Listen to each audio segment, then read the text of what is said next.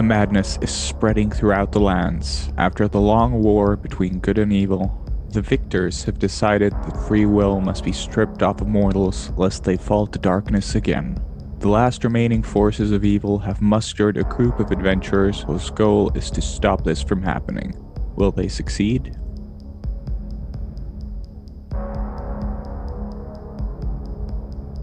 The madness is spreading throughout the lands. After the long war between good and evil, the victors have decided that free will must be stripped off of mortals lest they fall to darkness again.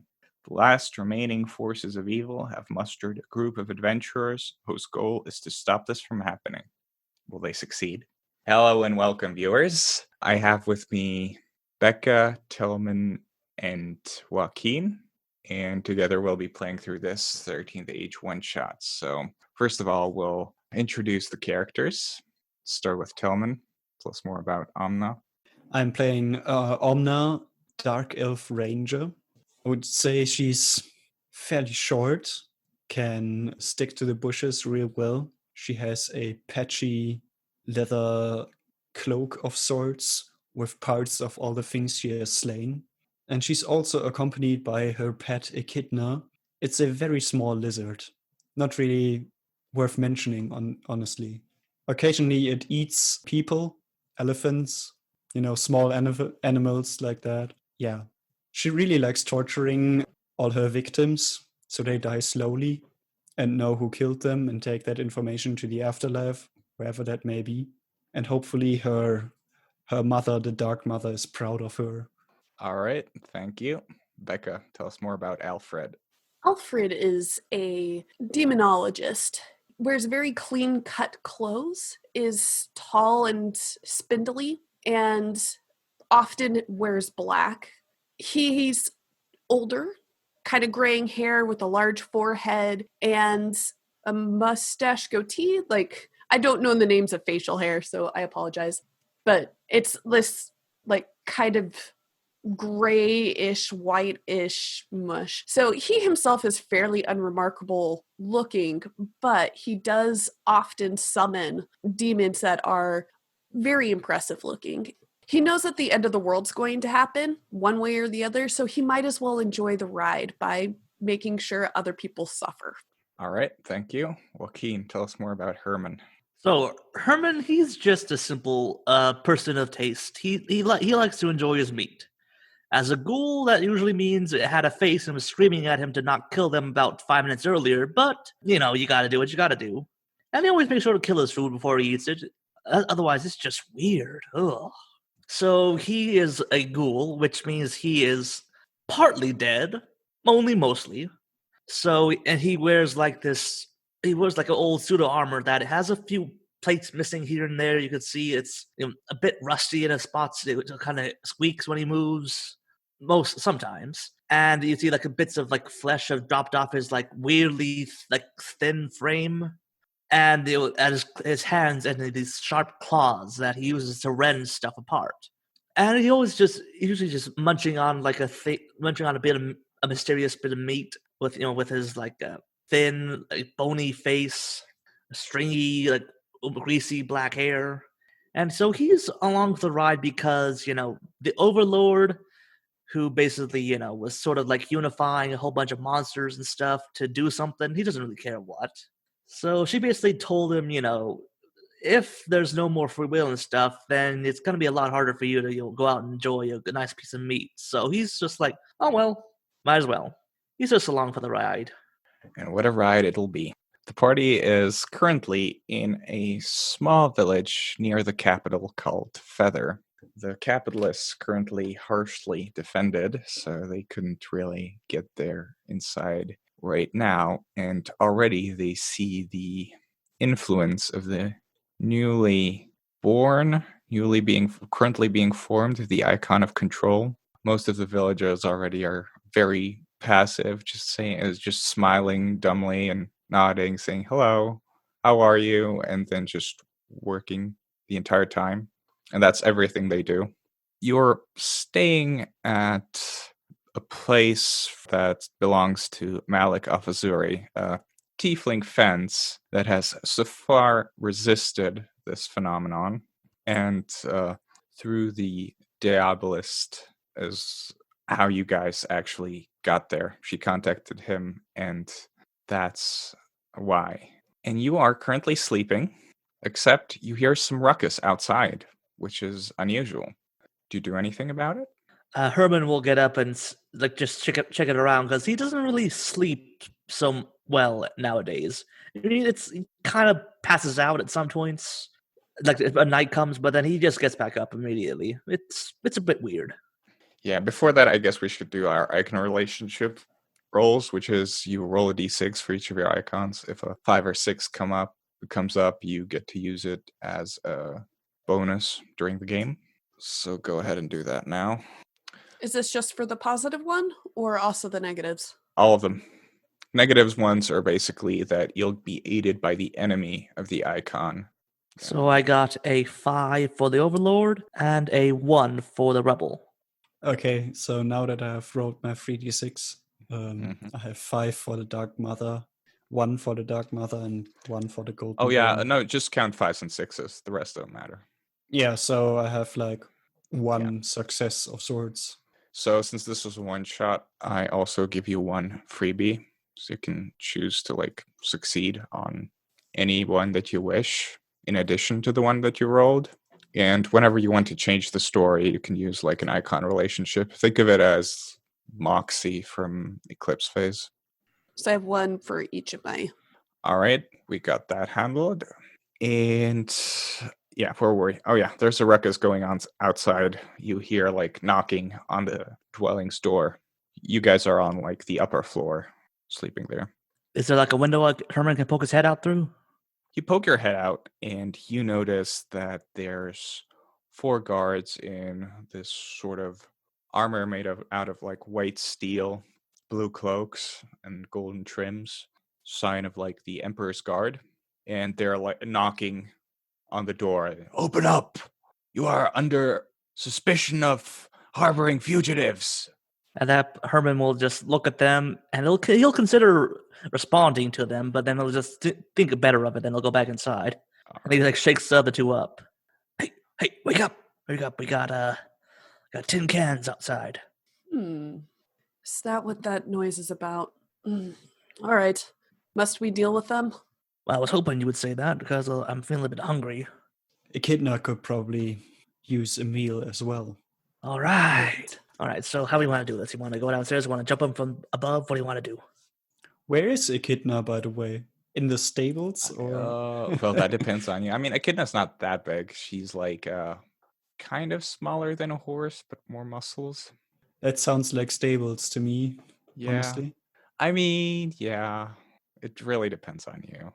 I just assume you can just whistle or something and she'll come running. Excellent. I'll keep my whistle on standby for the right moment. How many of them are there, Herman? You see him slowly count on his finger. 4. 4 guards, and there's some other things you haven't seen before. They kind of look like insects, maybe ants or something, made out of metal. And 1 cloaked person in the back. I don't like metal things. They don't taste very good. I tried them a couple times. It's always so hard to work through them. Ugh. So, how about I go downstairs, bust through the door, you 2 go around and deal with the metal things. What do you think? That should give me time to bring in support. Yes, I can come in from the side. I want to focus on the person with the weird hood in their face. There's a window around here. Use that. Sure. All right, so yeah, Herman is gonna go downstairs and get on the other side of the door. Yeah, Malik's there just boarding it up, and he's like, Master Herman. Hello. You are here to solve the situation, yes? Yeah, just stop. Don't bother with the wood. Just back up. Give me some room. Okay, I'll be in my secret room. Good for you. He just gives him a thumbs up. All right, so yeah, Herman is gonna wait and loosen up some of the boards, and then he's gonna stand back and try to when he feels like the wood is weak enough, he's gonna just try and charge through and just bust through the door. All right, so I think this would be strength if you want to burst it open. And I'd say Undead Abomination would be a great background to use for this. All right. So give me a DC 22 check. I got, wow, a 1. That's Not 16. one. Yeah, unfortunately, that is a failure. You sort of break the door open, but your head gets stuck there. Oh, So everyone, please roll me initiative. with so Herman. yeah, that's 32. Only extreme values for you, 1s and 20s. And 15 for that ranger dexterity not doing much work right now. Oh, I also rolled quite well for the guards. Guards will be at initiative 29, right after Herman. Bugs will be on initiative 9. And the strange person, who you have no idea what they are, is on initiative 26. Either way, surprise or not, Herman, you go first. All right, so yeah, after yanking his hand free from the the door jam, he's gonna take just go up to one of the closest knights and just stab his clawed hand right through their armor. All right, roll me a to hit roll. Nope. Dang it. But you can use one of your maneuvers if you want to. Grim that's Intent, in fact, is the one you can use, or brace for it. I'll go brace for it. All right, until the end of your next turn, the first critical hit you take becomes a normal hit instead, since you sort of punch through the wooden door. Can't quite reach the guard, but you still take your arm out of the door and prepare for any counterattack. And it is the guard's turn, who currently only see Herman, so that is who they will target with their attacks. And good thing you did brace, because one of them did actually get a crit. Nice. So you take 56 damage, though. Not nice. Yeah, that's 4 guys just wailing at you. And I will remind you of the Mook system 13th uses, which means that weaker enemies basically that have less HP, and which if you deal enough damage to kill several of them actually do die. And the bugs are Mooks. Basically, that's what I want to say. Not the knights, though. Nope. That's why they hurt so much. Thought so. Yeah. Alfred, your turn. All right. So Herman just went downstairs. I'm still upstairs. Is there another exit out of the building other than the front door? Yeah, there's 2 side doors, let's say. Okay. The first thing that I'm going to do, I'm going to summon my vulture demon. All right. By looking out the window. And then that's the one that isn't recharge. Oh, is it not? Yeah, your flame demon is recharge. Your vulture demon is not. Let's go with the flame demon then. The big burner. Mm-hmm. Do I need to make a roll to summon him? Nope. You just summon him. Sweet. So I will summon him and then start making my way towards one of the side doors so I can... Where do you summon him? That's the question. I'm going to have him work on taking out the bugs first. All right. Well, I believe the flame burner is more of a... Big burner is more of a ranged type of demon, and I would be right. But it can fly 6 feet above the ground, kind of. So you can actually summon it near the window and let it shoot outside the window if you want to. Yeah, let's do that. And just summon it, and you can see the magical forces coming from Alfred's hands, and then the demon kind of comes out from that, and he's flying right outside the building. Yeah, its big red eyes are basically staring at you. What is your wish, master? And you can take its turn with it already. Okay, cool. Destroy these creatures. Starting with the bugs. Okay, so looking at his abilities.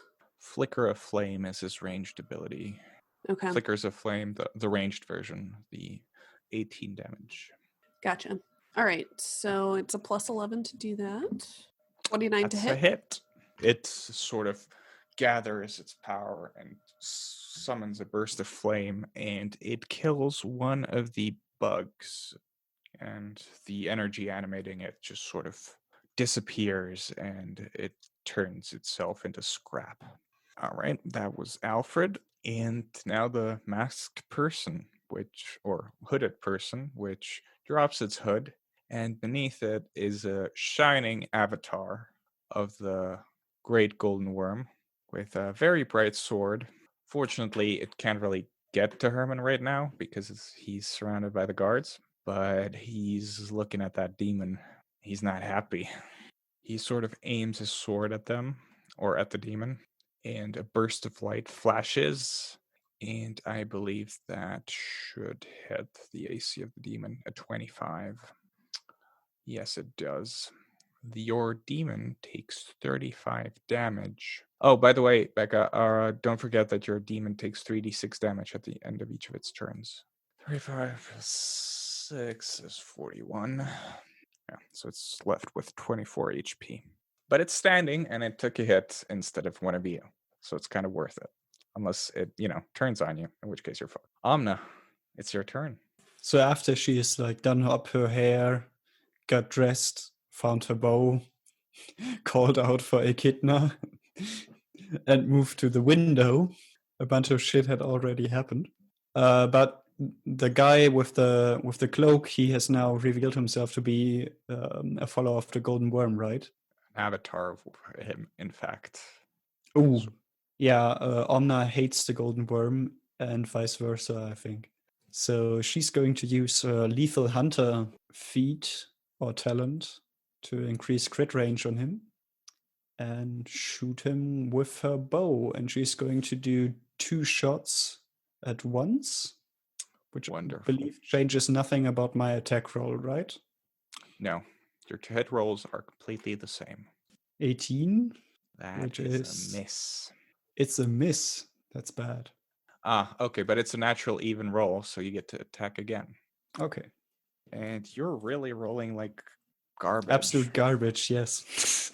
Yeah, I'm sorry, but yeah, that's just gonna be the miss damage. So I'm gonna take off 24 HP off of that avatar. So she fires off 2 arrows in quick succession, and they're not even close to hitting the mark. One grazes the left earlobe of the guy, maybe. Yeah, unfortunately. Maybe she should take her hallucinogenic mushrooms. And it's the turn of the bugs. Can I make a turn with Echidna? Oh, of course. I completely forgot about Echidna. Yeah, what do you want with her? Bust out of the stable Herman style. Oh yeah, Echidna just jumps out. And do you want her to like target someone? Yeah, the guy I used Lethal Hunter on because Alright. I think I can. Yeah, it affects Echidna as well. Cool. You crit on 17 plus. That is a hit, although not a crit. Yeah, at least it's a hit. Yeah, and Echidna deals 27 damage to the avatar as she bites into his shoulder, but he's still standing. And so, top of the round, the escalation die is 1. So, in case you guys don't forget, +1 to all your attacks. And it's Herman's turn. So yeah, so when I missed the attack, do I still do damage to one of the knights? Because You did. So, you did your miss damage. I already noted it. 6. Okay, good. So yeah, I'm gonna target the one he damaged last turn. Mm-hmm. Gonna try to claw him again. Come on, don't give me one again. And no, they got a 24. That is a hit. No, you can reroll any ones from the damage roll. Okay. So yeah, I'm also gonna do a power attack with this next one. All right. Wait, I'm gonna do an extra 5d6. 64 damage, I think. All right, that's really solid. Yeah, he's under half HP. Staggered. You really clawed into him. Really fucked him up. What can you do? Oh yeah, and my attacks heal me for 2d6 if they hit. Mm-hmm. 5. All right. So yeah, you do a bunch of damage. It's pretty good. And I think that's all I can do right now. Yep. And now it's the guard's turn. Now the guards have noticed that there is more than just Herman around. And one of them's just like looking into the window where a couple arrows were fired from and looking at the dinosaur creature thing. And he's going to try to disengage. Let's see if he succeeds. All right, so they take if they try to disengage from Herman, they take a penalty equal to my con modifier, which is 10. Yeah, your con No, it's modifier 4. is 4, yeah. And he rolled a 5, so he does not disengage. And I guess let's try another the second one. And no, none of them disengage. Yeah, that would have been their move action. So what they're gonna do is they're just gonna keep wailing on you again. Because why the hell not? Alright, so that's 2 hits, so that's another 56 damage. I'm gonna activate Heavy Warrior for one of those and cut one of those attacks in half. Alright, so that's just 14 damage from one of those, so it's just 42. All right. Yeah, unfortunately, you're basically stuck outside where everyone else is hiding.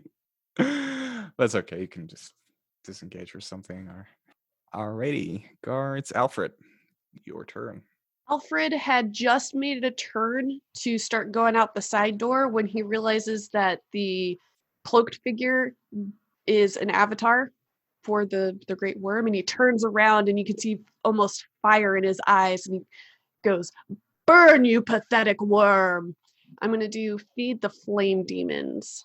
Alright, so you doing this outside the window still, or Yeah. yeah? So there's like 3 people outside the window just wailing away at them. Like it was his intention to, get some damage start going out there, but then that Oh, yeah, avatar no. just really pissed him off, so he almost like shoves Omna out of the way. Yeah. Let me go ahead and roll. That's why I miss my shots. Always that demonologist. It's bad luck, I tell you. All right, so I rolled a 20. That's a crit. It means you Okay. double the damage you deal at the end. Ooh, nice. So 82. Yes, indeed. And let me see. All right. The avatar is, you can see it's significantly damaged and is in fact staggered, which means it's under half HP. And he will take 15 ongoing fire damage after that. All right. Is it just ongoing fire damage, which means, okay, it's a save on an 11 plus. Okay. Okay. And then my demon will continue to attack the mooks. Go ahead. Fire away, demon bow. A 26 is a hit. So another one dies. Another one of them bugs. Forget to roll 3d6 for degradation. All right, so your demon is at 14 HP. All right, the avatar goes, and it's going to swing at Echidna. Basically, degradation is that the demon loses health each turn once you summon it. Because once it reaches 0 HP during a battle, it can actually turn on you. Just fun. Geez. That's almost as bad as the guy attacking Echidna. Alrighty. Yeah. Alright. What's Echidna's AC? It's 22. So that's one hit. Echidna takes 35 damage. Ouch. So she is at 37 health. Yes. Yeah, he sort of takes his sword, slashes twice, misses once, but once gets a good shot in like her underbelly and slashes the scales there. Echidna screams in pain. And it is your turn, Omna. Yeah, no, I'm thinking whether I do more of the same and maybe try to roll a little better. Yeah, I think that makes sense. Yeah. So she scoots past Alfred again, who is constantly in the way, blocking the window. Well, demonologists, they're not much on, decor. Yeah. And takes aim and does her double attack again. All right. Don't forget the escalation die. I'm so close, and yet so far it's not a crit. Well, but it's still a hit, so. Yeah. Let me think now. So that I rolled a. It's a natural even roll, so you can roll again. Okay. Yeah. For our listeners, the double archer talent that Omna has allows her to shoot twice if her first attack is a natural even roll. It drops her damage by a tiny bit, but it's usually worth it. And yes, both of those are hits. Nice. Okay, 29 so and 25. Now I can roll for damage. I use d6s instead of d8, but effectively I get 12d6 yes. plus 20 now, right? Yeah. Yep, that's it. Does the escalation die do anything Not here. for damage? Okay. 59. Solid. And yeah, the avatar is looking not very good, and I forgot to give him his ongoing damage. My bad. And I will roll a save for him, and he fails it, so he'll keep taking ongoing damage.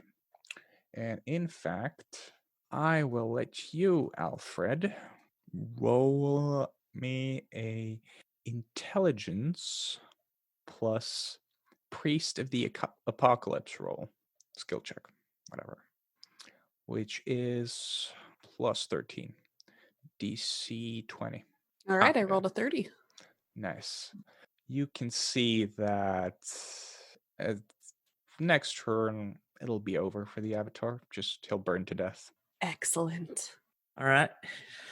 Yeah, bugs. Can't forget the bugs. Because I forgot them Can't last forget turn. Echidna. Oh yeah. Also don't forget I'm Echidna. having a deja vu. Save Herman, please. Yeah. Yeah, what's the situation? Echidna could finish off the worm guy, maybe? Well, he'll burn to death. Okay. But Echidna can roll to disengage. Yeah, right. She was attacked by that one guy. What's the disengage roll again? It's a d20. You have to roll an 11 plus. She I doesn't. passed that. And now, Herman, you're in need of help. Yes. I recommend not attacking the wounded one because Herman wants to finish that one off. Okay, then I'm not sure whether I'm getting the full picture. Can Echidna attack the guy that attacked it or her? Oh, she already. This is the avatar that attacked her. Okay. So, but there's 4 knights around still Yeah. doing things, and mooks not really doing exactly. things. Not yet, no. But the avatar will burn to death. Herman is Yep. currently surrounded. So if Echidna jumps there, what she'll help with is also she'll probably soak up some of the attacks from the guards. Yeah, let's go with that then. Save the wounded for Herman. He wants to eat him next turn. Okay, then she wounds another one, if possible. By the way, I just read I can get a +1 to attack if Echidna used a move action. Does that count? Sorry, yeah, it counts. I forgot to unmute myself because I'm awesome like that. Okay. And don't forget the escalation die, which also applies to Echidna. If you have a talent for it. No, feat, not talent. Oops.